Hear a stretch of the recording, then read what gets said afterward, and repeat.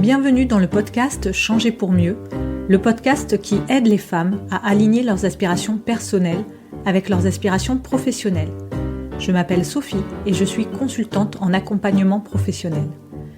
Ici, je parle de carrière seule ou avec des experts et des invités. Si vous souhaitez avoir des conseils, des astuces, des expériences inspirantes pour vous aider dans vos réflexions professionnelles, vous êtes au bon endroit. Bonne écoute! Bonjour et bienvenue dans cet épisode de Changer pour mieux. Aujourd'hui, nous recevons Sandra Lebélanger qui a monté sa structure Coupe Essence à la suite d'une carrière en tant que responsable sécurité dans une entreprise industrielle. Bonne écoute! Bonjour Sandra, merci d'avoir accepté d'être l'invitée du podcast Changer pour mieux. Donc aujourd'hui, on va parler de ton parcours professionnel pour inspirer nos auditeurs qui envisageraient, pourquoi pas, de devenir solopreneurs, entrepreneurs, comme ça a été ton cas, ou qui sont intéressés par tous les sujets RSE aussi, dont tu es la spécialiste. Donc, je vais te laisser la parole et je vais déjà te laisser te présenter. Bonjour Sophie, je suis ravie d'être avec toi aujourd'hui pour ce podcast. C'est une belle opportunité de parler d'un parcours, voilà, tout simplement. Moi, j'ai créé Cop Essence il y a 4 ans maintenant. Cop Essence pour coopération essence, puisque l'idée, c'est de travailler avec les entreprises, de coopérer avec elles pour mettre en place des démarches RSE qui font sens avec leur activité, mais aussi et surtout avec le monde du vivant. Et donc, qu'est-ce qui t'a amené jusqu'à ça? Donc, il y a 4 ans, tu as décidé de sauter le pas et de créer cette entité. Est-ce que tu peux nous parler un petit peu de ton parcours professionnel, du coup, et de comment tu en es arrivé là où tu es aujourd'hui? J'ai un parcours de salarié dans un premier temps, puisque j'ai fait 20 ans de salariat dans des entreprises privées plus ou moins grosses, en tant que toujours dans le domaine de la sécurité et de l'environnement au travail. Euh, et puis, à un moment donné, autour de ma 35e année, on sait que la 35e année, c'est un peu... c'est les grosses remises en question, hein. J'ai eu besoin de faire le point sur mon parcours professionnel. Et donc, j'ai fait un bilan de compétences. Et au cours de... Alors, c'était un peu plus qu'un bilan de compétences. C'était un bilan personnel et professionnel. Et en fait, je est sortie de ce bilan de compétences l'envie de créer une activité, de créer mon activité, en fait, d'être autonome, d'être indépendante et de pouvoir faire ce dont j'avais envie quand j'en avais envie. Et voilà. Et donc, la graine a été plantée. Évidemment, je ne me suis pas lancée tout de suite parce que je suis maman de 2 enfants, parce que il faut quand même pouvoir assurer financièrement. Donc, une fois que la graine a été plantée, elle a germé et il m'a fallu 5 ans. Ouais, c'est ça, un peu plus de 5 ans pour mettre mon projet à exécution, que j'ai mis à exécution par opportunisme en fait. Par opportunisme parce que l'entreprise dans laquelle je travaillais lançait un plan social.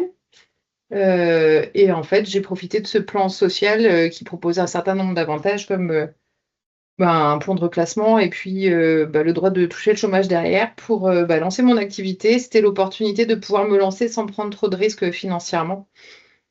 Donc voilà comment j'en suis arrivée là. Mmh.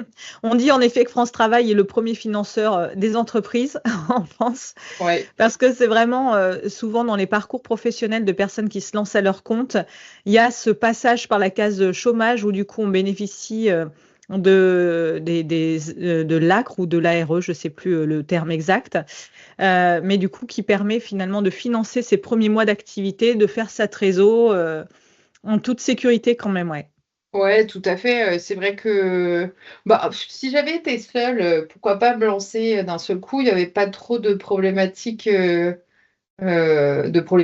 financières. Mais là, c'est vrai qu'avec des enfants, même si mon mari était là pour assurer le coup, une seule paye, ça suffisait pas, hein, très clairement. Donc, du coup, ça a été un bon coup de pouce de pouvoir bénéficier de ces aides, en fait, hein, tout simplement.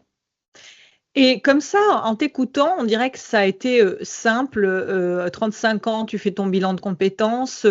Autour de la quarantaine, bon, ce plan social qui finalement représente une opportunité pour te lancer à ton compte. Super. Donc tout de suite, dès qu'il y a eu l'annonce du plan social, ça a été une évidence pour toi que je plouc, t'allais plonger, faire le grand saut, où il y a eu des hésitations, des rebondissements, voilà, des questionnements. En fait, c'est allé assez vite dans ma tête, très honnêtement. Quand on m'a fait cette annonce de licenciement économique, ça a été dur quand même, hein, parce que tu as bossé pendant 13 ans dans une boîte, et puis du jour au lendemain, on te dit, ben ouais, bah, ton poste, il est supprimé. Alors bon, alors c'était un poste temporaire que j'avais, parce que je travaillais à l'époque sur un autre sujet que la sécurité environnement, puisque j'avais été détachée de mon service de base pour travailler sur un projet, un gros projet d'entreprise qui touchait à sa fin, en fait, hein. Donc, c'était pas anormal que mon poste soit supprimé. Et puis, l'entreprise m'avait même proposé de reprendre mon ancien poste. Et puis, quand l'entreprise m'a fait cette proposition de reprise d'ancien poste, je me suis dit quand même, est-ce que j'ai vraiment envie de repartir dans la même chose qu'avant? Je me suis dit non. Euh, voilà, alors c'est vrai que donc je reviens à cette annonce. Quand il y a eu cette annonce, psychologiquement, c'est un peu compliqué quand même. Voilà, parce que j'en reviens à ça. Ça fait 13 ans que je bosse pour la boîte. On me dit du jour au lendemain, ben tu t'en vas. Donc ben, émotionnellement, c'est un peu compliqué. Puis après, tu prends du recul, tu relativises et tu te dis ouais, c'est normal. Et après, je me suis dit, ben en fait, j'avais un projet. On me propose finalement indirectement de financer ce projet. Ben, allons-y, go, c'est le moment. Et en fait, entre le moment où on me fait l'annonce et le moment où on prend la décision, ça va vite en fait, hein. Ça va vite parce que je crois que c'était assez clair dans ma tête. Donc la décision, elle se prend, ouais, j'ai envie de dire, c'était en plein été. J'ai dû prendre l'été pour réfléchir et encore à peine un mois. Et à la rentrée, je me suis dit, j'ai lancé le truc en fait, hein. C'était parti, j'étais décidée, donc il fallait enclencher la machine. Et puis une fois que j'ai eu pris ma décision et que j'ai annoncé ma décision, en fait, il n'y avait plus de doute du tout, j'étais convaincue. Alors après, il y a toujours la crainte de l'échec. Mais en même temps, tant qu'on ne tente pas, on ne peut pas savoir si ça va marcher ou pas. Et puis encore une fois, avec ce filet financier, le risque, il était réduit en réalité. Parce que finalement, si mon activité n'avait pas fonctionné peut-être au bout d'un an ou 2 ans, si j'avais vu que ça ne marchait pas, j'avais toujours possibilité d'aller choper un CDI quelque part et de retomber Et, sur mes pattes. Oui, est-ce qu'il y a eu dans toute cette progression et toute ce cheminement donc de réflexion, un rôle modèle des personnes qui t'ont servi, qui t'ont inspiré, qui t'ont servi d'exemple, qui t'ont rassuré? Est-ce que autour de toi, peut-être en même temps que toi, dans le plan social, il y a eu d'autres parcours similaires qui ont pu aussi te conforter? Est-ce qu'il y a eu des choses comme ça? Euh, Alors, autour de moi, est-ce que j'avais des personnes qui s'étaient lancées dans l'entrepreneuriat? Oui, toi, Sophie, parce que tu es devenue entrepreneur avant moi. Euh, Moi, dans mon milieu, j'ai quand même beaucoup de personnes qui sont salariées, hein, assez peu de personnes qui ont lancé leur activité. Du coup, j'avais assez peu de modèles. Ensuite, j'ai vu que parmi les personnes qui étaient concernées comme moi par le plan social, il y en a effectivement un certain nombre qui se lançaient dans l'entrepreneuriat. Donc, bah, finalement, ça rassure aussi quelque part de voir que bah, tu n'es pas toute seule à te lancer dans quelque chose d'individuel. Mais en fait, ouais, non, j'ai pas eu plus d'éléments, pas plus de personnages qui m'ont inspiré plus que ça. Oui, parce que c'est vrai que parfois on parle de l'importance des rôles modèles pour se rassurer, puis pour s'inspirer, hein. C'est d'ailleurs un peu l'objet du podcast, hein, c'est que tu serves de rôle modèle à certains des auditeurs. Ah, Mais voilà, les rôles modèles ont un rôle important et c'est vrai que quand on en a, c'est plus facile que quand on n'en a pas, quoi. C'est pour ça ma question ouais. Alors, venait de là. j'ai pas eu j'ai pas eu plus que ça de rôle modèle. En revanche, j'ai bénéficié de l'appui de ma famille en fait, du soutien de ma famille vraiment. J'ai mon mari et mes deux filles bah, elles étaient jeunes hein, à l'époque, c'était il y a 5 ans, donc elles avaient 8 ans et 10 ans. Et, euh, et en fait, tous ils m'ont dit, mais en fait, vas-y, et nous on est là pour rattraper s'il y a besoin. Et en fait, c'est hyper rassurant de voir qu'on est suivi. J'en ai parlé à ma famille, à ma maman aussi, ma belle famille aussi. Et en fait, bah, j'ai eu beaucoup de soutien de la part de tout le monde. Et c'est ça qui m'a rassurée finalement. C'est pas trop de voir que, enfin, si, alors c'est de voir que d'autres y arrivaient, même si j'avais pas de rôle modèle. Et c'est surtout ouais, d'avoir eu le soutien de ma famille. Dans ce projet, de tant soutien moral que soutien financier, que soutien logistique, voilà. Donc ça a été une grosse aide dans cette prise de décision aussi. Mm. Est-ce que tu aurais pu le faire sans ce soutien si ton mari avait dit non, mais c'est trop risqué, on a un prêt sur le dos, on a deux petites, faut que tu retrouves un CDI. Est-ce que tu l'aurais quand même tenté ou est-ce que tu serais pas allé? Alors, j'en sais rien du tout. Euh, Ce qui est sûr, c'est que je ne serais pas retournée dans mon ancien métier. Peut-être que j'aurais fait un mi-temps CDI, mi-temps lancement de mon activité. Ou peut-être que je me serais lancée aussi, justement parce que malgré les doutes potentiels de mon mari, bon, il y avait quand même cette sécurité financière qui était là, quoi.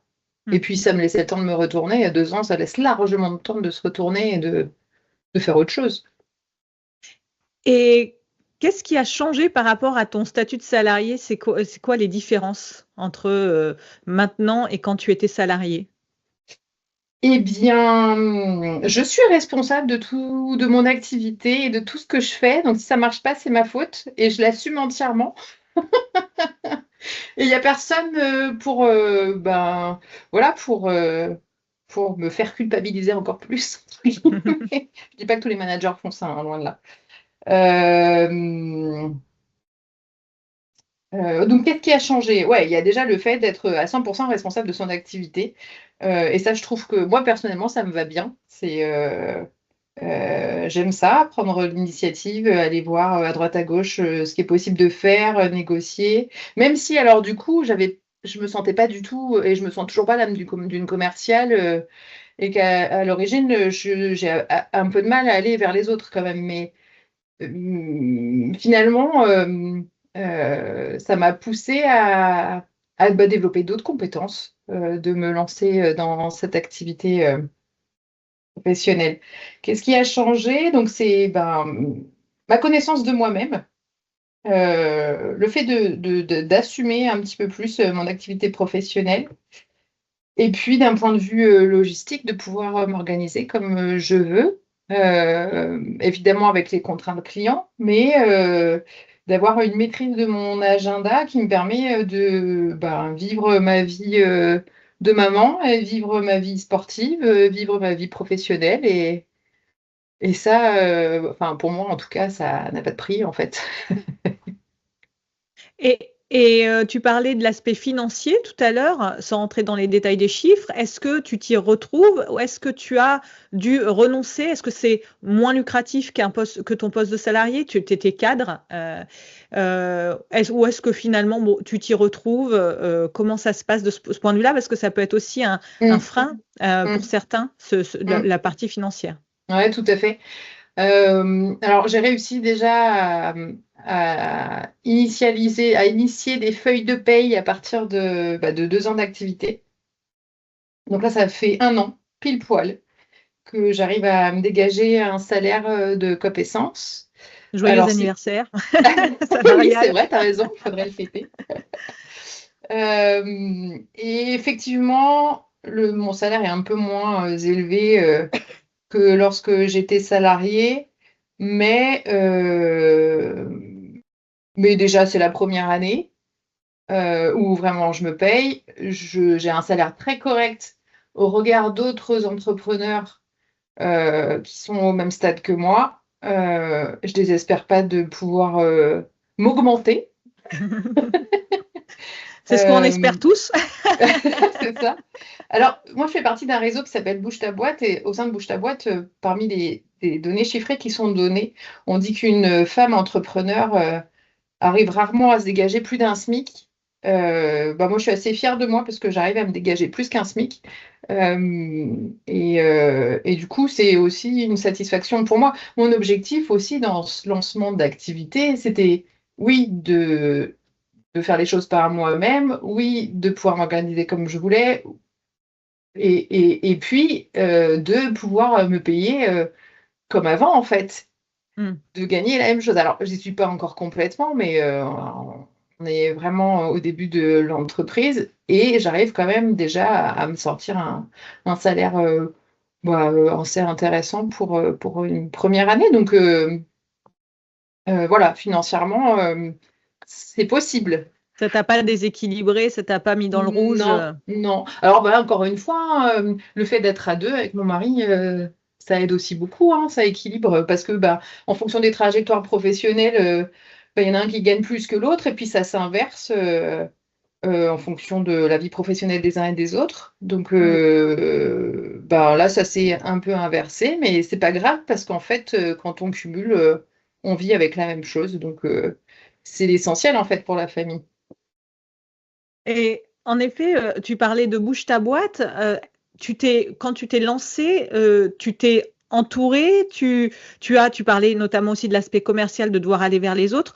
Quelles ont été tes démarches pour t'entourer déjà, pour te booster, hein, comme avec bouge ta boîte, ou aussi t'entourer pour te créer du réseau, pour avoir aussi des clients. Quel réseau tu as choisi? Comment tu les as choisis? Alors, ben, quand j'ai commencé, effectivement, l'idée c'était de me faire connaître, mais aussi de rôder mon discours, de faire connaître l'activité.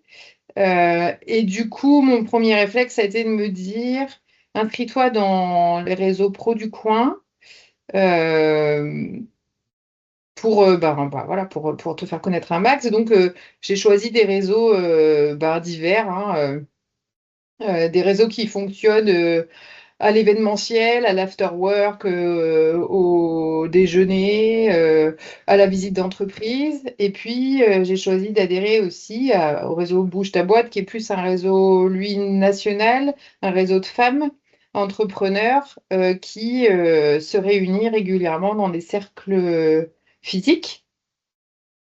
Voilà, donc la première année, j'ai testé trois, quatre réseaux. Et cette année de présence sur ces réseaux-là, ça m'a permis de comprendre un peu mieux ce qu'il faut dire, ce qu'il ne faut pas dire, comment il faut le dire, qu'est-ce qui intéresse, qu'est-ce qui suscite l'intérêt chez mon interlocuteur.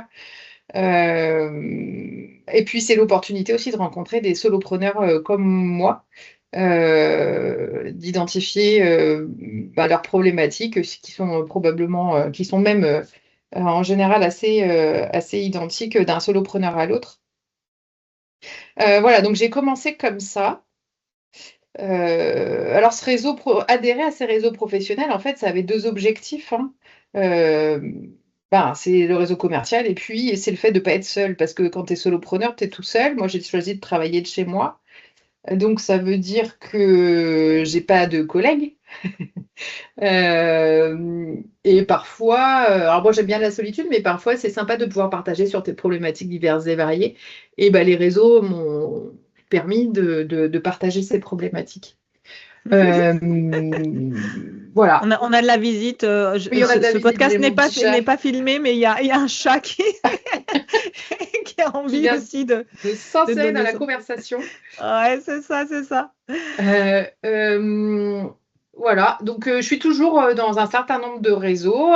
Aujourd'hui, j'ai restreint le nombre de réseaux, d'une part parce qu'il faut financièrement, hein, il faut adhérer, et puis parce que au bout de 2-3 ans, ça permet de, enfin, j'ai j'ai identifié les réseaux qui m'allaient. Parce que ce qui est important aussi, c'est qu'il y a les réseaux professionnels fonctionnent différemment.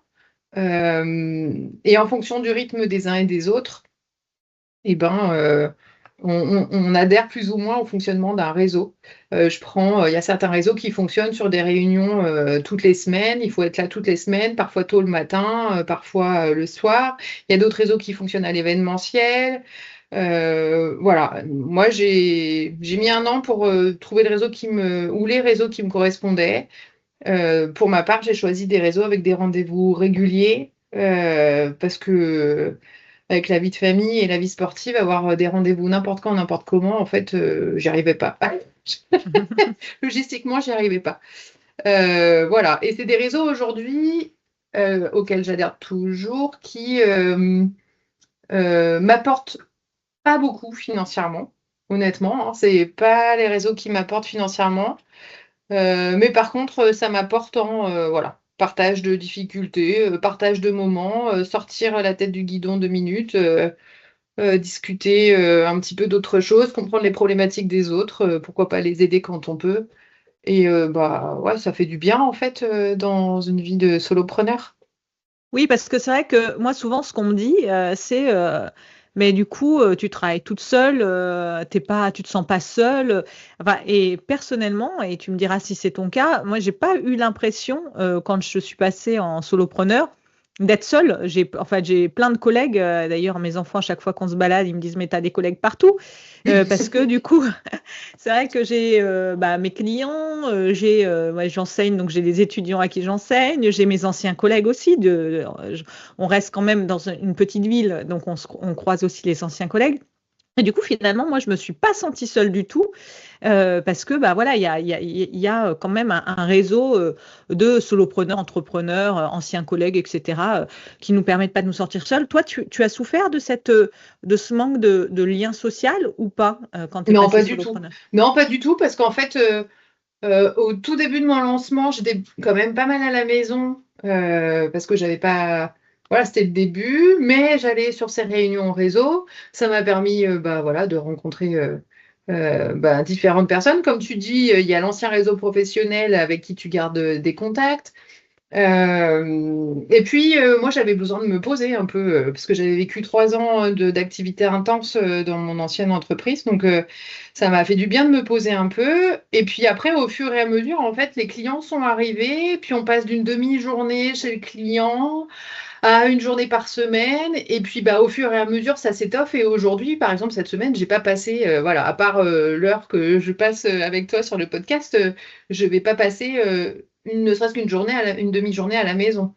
Et finalement, je crois que j'ai jamais rencontré autant de monde qu'en étant solopreneur.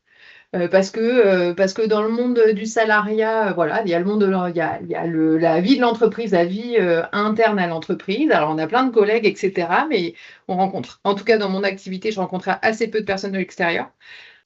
Alors que dans la vie de solopreneur, on est obligé de s'ouvrir, hein, finalement. C'est vrai, Et ça, c'est intéressant. Et oui, effectivement, j'ai jamais rencontré autant de personnes qu'en étant solopreneur.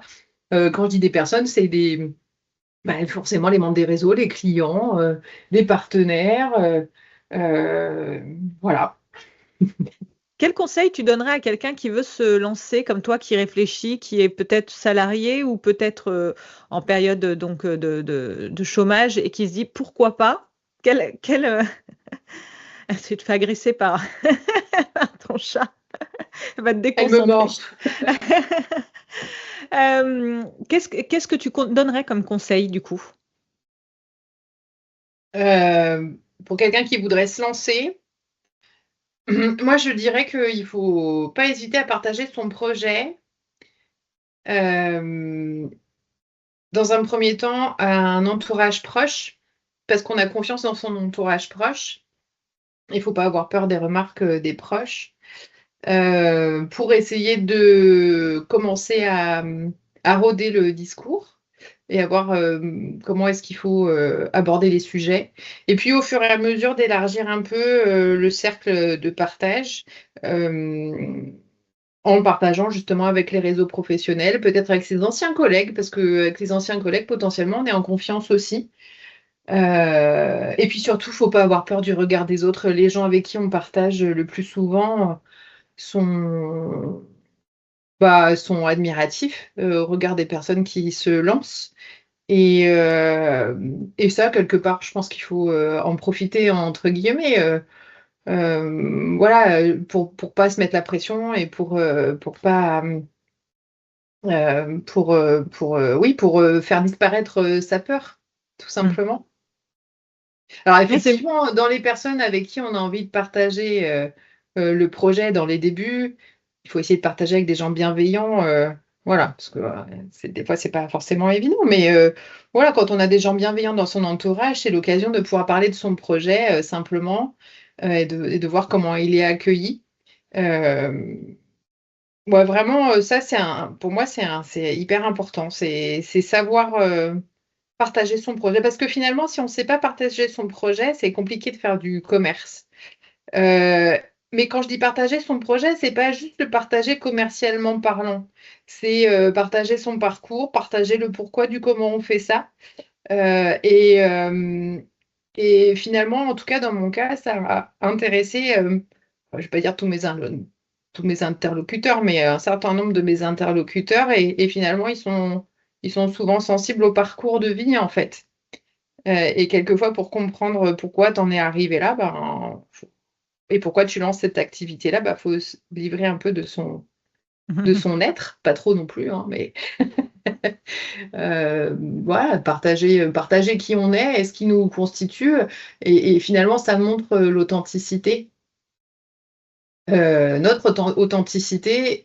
Et moi, je suis persuadée que l'authenticité et la transparence, c'est très important dans sa relation à ses clients et dans sa relation aux partenaires. Donc, euh,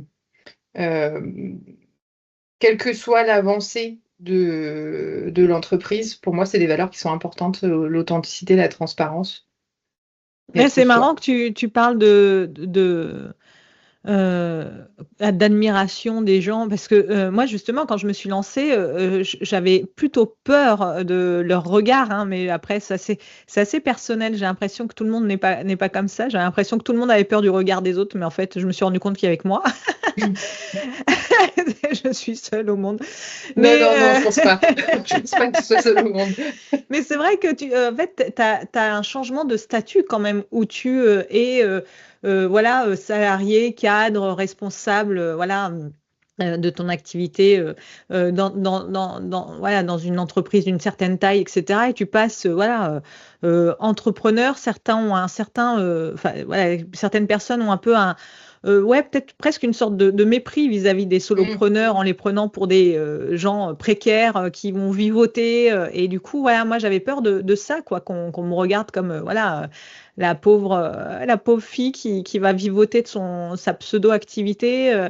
Et du coup, ouais, j'étais pas. Voilà, c'était un choix très personnel, mais du coup, voilà, je partageais pas spécialement. Parce que je trouvais que le regard des autres était assez dur finalement.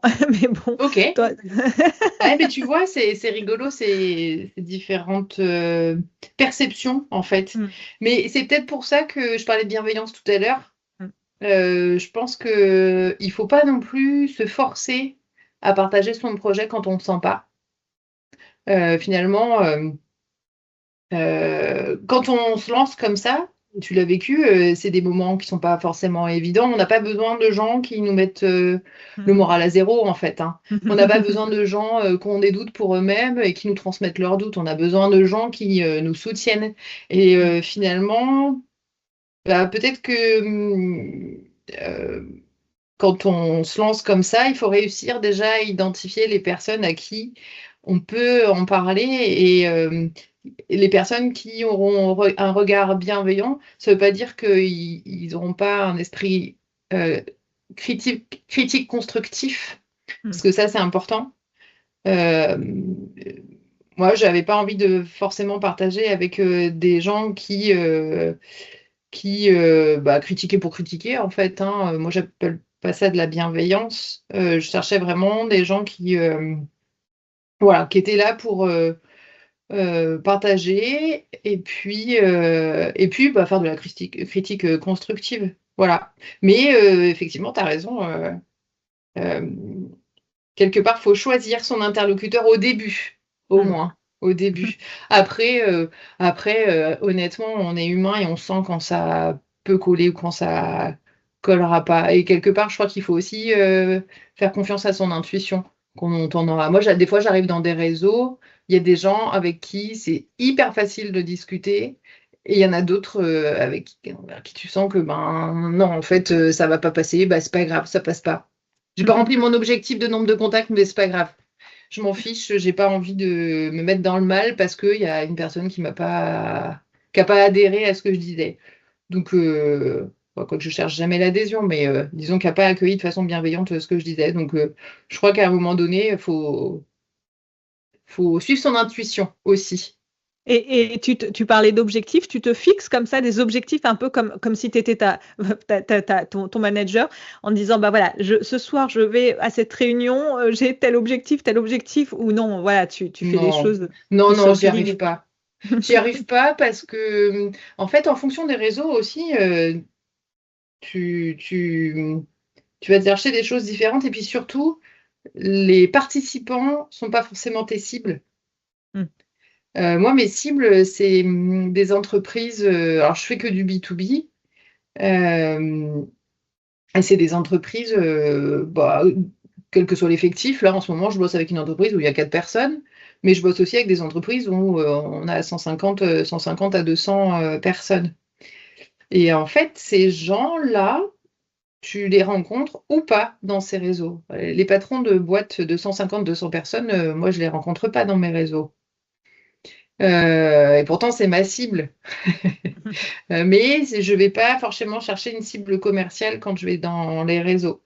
Même quand je vais à l'événement comme ça, un after work ou un truc comme ça, j'y vais plus pour rencontrer des gens qui pourraient potentiellement parler de moi, mais je ne vais pas rencontrer mes cibles. Je sais qu'elles ne seront pas là. Et justement, comment tu fais pour trouver tes clients? Comment tu as fait au début? Est-ce que ta technique a changé avec le temps? Eh ben, je ne sais pas si j'ai vraiment une technique. Je suis pas sûre. J'ai pas de technique commerciale, ça c'est sûr. Non, mais en fait, je me suis rendu compte qu'il y avait beaucoup de choses qui marchaient par le bouche à oreille. Alors au début, mes clients, c'était des professionnels que je connaissais d'avant, qui, quand ils ont su que je lançais mon activité, se sont dit, bah nous, on a un besoin, pourquoi pas Sandra? Et ça s'est lancé comme ça. Ce sont des amis aussi qui m'ont fait travailler voilà, sur une ou deux prestations. Donc ça a commencé comme ça. Et puis au fur et à mesure, des rencontres réseau ou pas réseau, ou des rencontres via des clients, et mon panel de clients s'est étoffé. Le bouche à oreille entre clients fonctionne bien aussi. On commence à bien me recommander. J'ai des clients qui me recommandent à leurs collègues entrepreneurs. Euh, Après, en termes de commercialisation, qu'est-ce que je fais d'autre? Quelquefois, j'interviens pour présenter mes démarches ou j'interviens sur des sujets spécifiques à la RSE dans des événements réseau, justement, dans des gros événements réseau. Là, je sais qu'il y a un gros réseau professionnel qui organise chaque année un événement lié à la RSE. Chaque année, j'ai la chance de pouvoir participer, animer un atelier. Et ça permet de me faire connaître. Alors, ça ne me ramène pas forcément du client immédiatement, mais ça permet de me faire connaître. Et puis, dans le temps, j'ai des participants, des anciens participants qui me rappellent en me disant, voilà, je vous ai rencontré là, ce serait bien qu'on bosse ensemble, enfin, où j'ai besoin de quelqu'un pour bosser. Voilà, donc ça marche comme ça. Et puis, j'ai mes anciens collègues aussi de mon ancienne société qui parlent de moi. Et ça, Qui te voilà, c'est recommande? chouette aussi. Donc finalement, on se rend compte, quand je parlais tout à l'heure d'authenticité et de transparence, c'est valable pour tout le monde. Et on se rend compte que dans la relation, c'est très aidant dans une vie professionnelle aussi. Mm. C'est vrai, une certaine authenticité, tout en gardant en effet des filtres, hein. Tu disais, voilà, en fait, c'est ça, arriver à trouver mettre le curseur au bon endroit et en tout cas, Oui. et quelle erreur, ce sera mon avant-dernière question, je pense. Quelle erreur tu as faite au début et que voilà, avec le recul, tu dis: «J'aurais dû faire autrement»? Ouais, j'ai fixé mon prix trop bas au début. Mmh. Ah ouais, ça, je pense que c'est une erreur hyper courante. Ah ouais, on a toujours peur de se vendre en fait, hein. Ouais. Moi je me disais, enfin, quand on lit un petit peu de littérature sur le sujet, on voit qu'en région parisienne, un consultant, ils ont 1000, un peu plus de 1 000 €.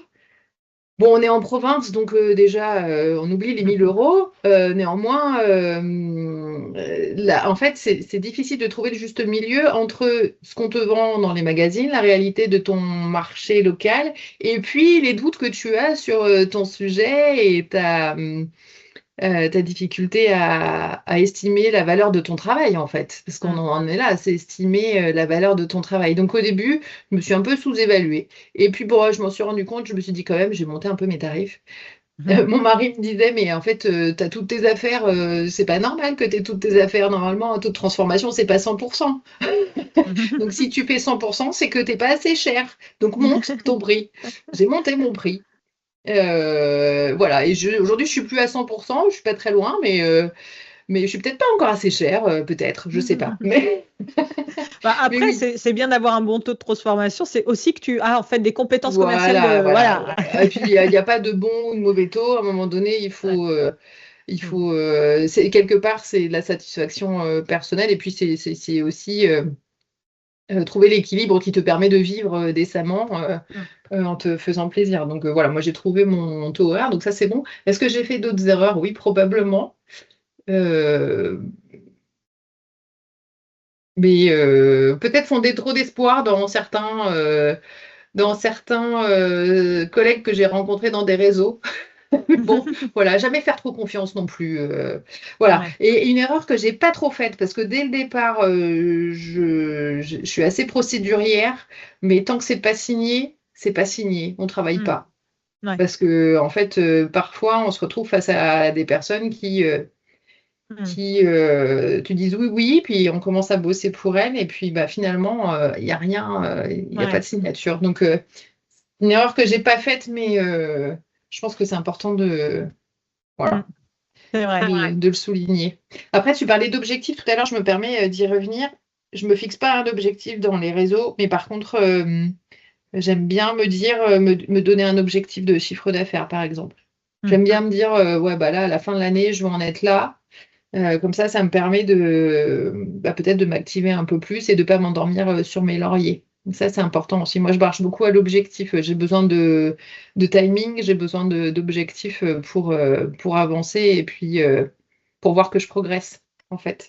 Mais tout à fait. Moi, je trouve ça important et peut-être qu'en effet, c'est une erreur que font certains, entrepreneurs de se laisser, vivre finalement sans objectif, et je trouve important, moi, je me fais mon auto-entretien annuel, chaque année où je regarde un petit peu la répartition, de mon chiffre d'affaires par activité, voilà les différents éléments que j'ai faits et du coup, je me fixe pour l'année d'après, bah, voilà, objectif de chiffre d'affaires, objectif dans chaque partie, voilà, d'activité, sachant qu'on fonctionnait un peu différemment parce que moi j'ai plusieurs, activités plus ou moins rentables et que l'objectif c'est de donner du temps, à des activités rentables et pas que du temps aux activités pas rentables, c'est pas forcément celles qui prennent le moins de temps, les activités moins rentables et du coup, voilà, l'idée c'est aussi, voilà, de se fixer un cap finalement et ça nous donne, ouais, une ligne directrice pour se Mmh. dire: «Attends, là, tu es à, 60 de ton objectif, on est au mois de juin,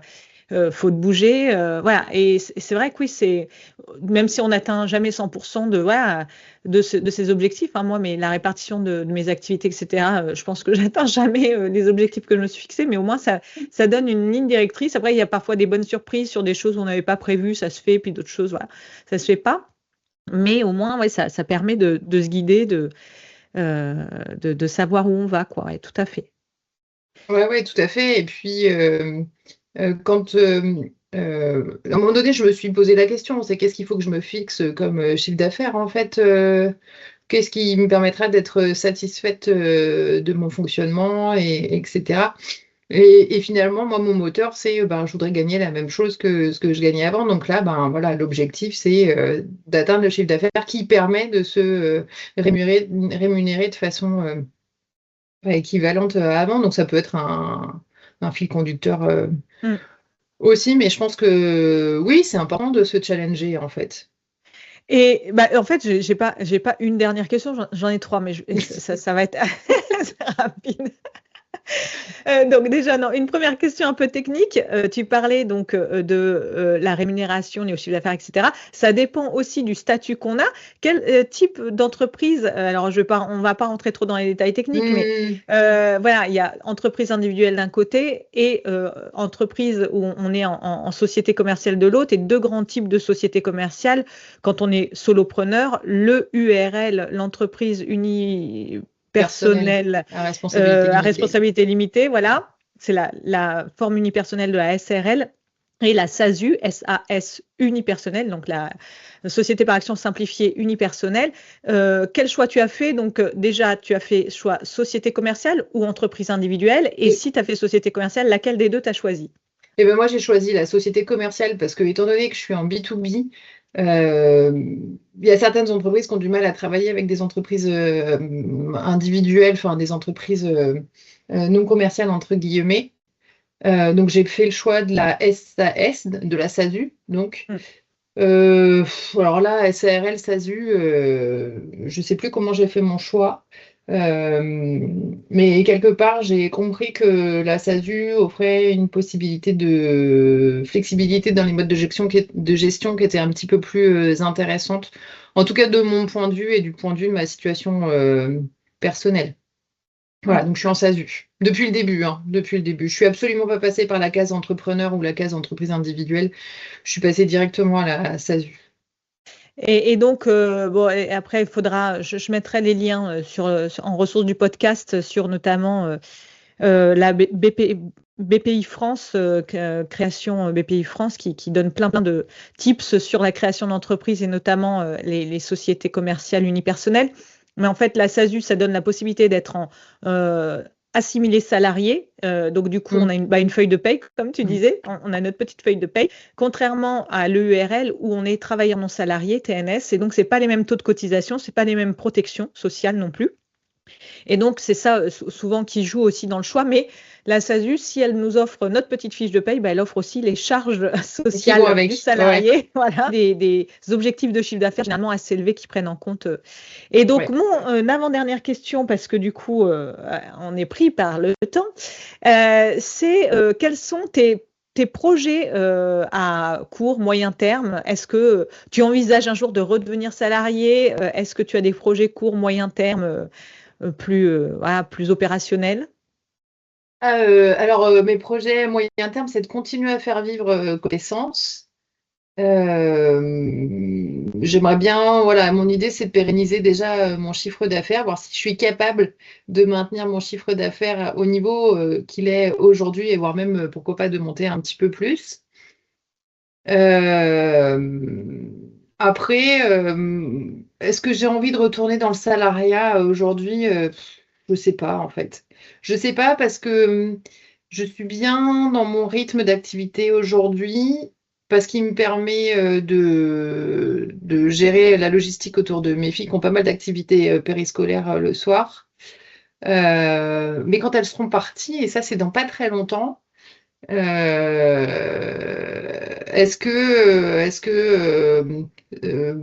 ce besoin logistique qui n'existera plus sera un problème pour moi, et j'aurai besoin de retourner dans le salariat pour discuter avec mes collègues, j'en sais rien. Je sais pas. Aujourd'hui, je suis bien dans ce que je fais. J'ai pas l'envie de repartir dans le salariat, ou en tout cas pas tout de suite. J'ai envie vraiment de pérenniser mon chiffre d'affaires. J'aime vraiment ce côté multiplicité des clients et multiplicité des secteurs d'activité que je côtoie aujourd'hui. Je crois que quelque part, j'aurais un peu peur de m'ennuyer en travaillant pour une seule et même entreprise. Mais peut-être que je me trompe, hein, j'en sais rien. Donc, Aujourd'hui, à moyen terme, je continue à développer Copessence de cette façon. Enfin, quand je dis développer, c'est continuer à pérenniser et à monter encore mon chiffre d'affaires. Après, la question peut se poser aussi de savoir si je vais embaucher ou pas. Aujourd'hui, je suis pas sûre d'avoir envie d'embaucher. Monter des partenariats avec des collègues pour de la complémentarité ou pour de la décharge d'activité, pourquoi pas. Bon, je le fais déjà un petit peu. Mais voilà, non, aujourd'hui, je suis bien là où je suis, dans ce que je fais. Et j'ai envie de dire, à un moment donné, carpe diem, profitons de l'instant présent. C'est vrai. Donc, je profite, tout en gardant un œil sur mes objectifs, chiffrer mon chiffre d'affaires pour être sereine. Et après, on verra, en fait. Ouais. Et ma dernière question, que je t'avais envoyée pour que tu la prépares quand même, parce que souvent je la pose sans qu'il la Mince. prépare. Mais je ne sais pas si tu l'as préparée. C'est, est-ce que tu as un ouvrage qui t'a inspiré, qui t'a aidé dans ta réflexion, voilà, un ouvrage que tu voudrais conseiller à nos auditeurs? Alors, je ne sais pas si c'est un ouvrage qui m'a conseillé dans ma réflexion. En tout cas, je ne l'ai pas lu du tout au moment où je me lançais. Je l'ai lu bien plus tôt. Ça s'appelle L'Alchimiste de Paulo Ouais. Coelho. Et en fait, pour moi, c'est un ouvrage phare, voilà, qui est hyper important, à mon sens, dans le regard qu'on a de la société, dans la vision de soi-même. C'est vrai, je l'ai dans ma bibliothèque. Et je l'ai lu, évidemment. Ah, ouf! Je l'ai pas que dans Sinon, ma je te dirais bibliothèque. qu'il est urgent de le lire. Ok. Un mot de Voilà. la fin avant qu'on laisse nos auditeurs? Eh ben, merci Sophie pour cette interview. C'était hyper intéressant. Et moi, j'encourage un maximum de personnes à s'interroger sur ce dont il a envie dans sa vie professionnelle et à s'écouter et non pas à subir sa vie professionnelle. Merci Sandra pour ce dernier mot et merci aux auditeurs d'avoir écouté cette interview jusqu'au bout. Merci d'avoir écouté cet épisode de Changer pour mieux, où nous avons le plaisir d'accueillir Sandra Le Bélanger. Rendez-vous pour un prochain épisode qui vous servira d'inspiration dans votre réflexion professionnelle. À bientôt!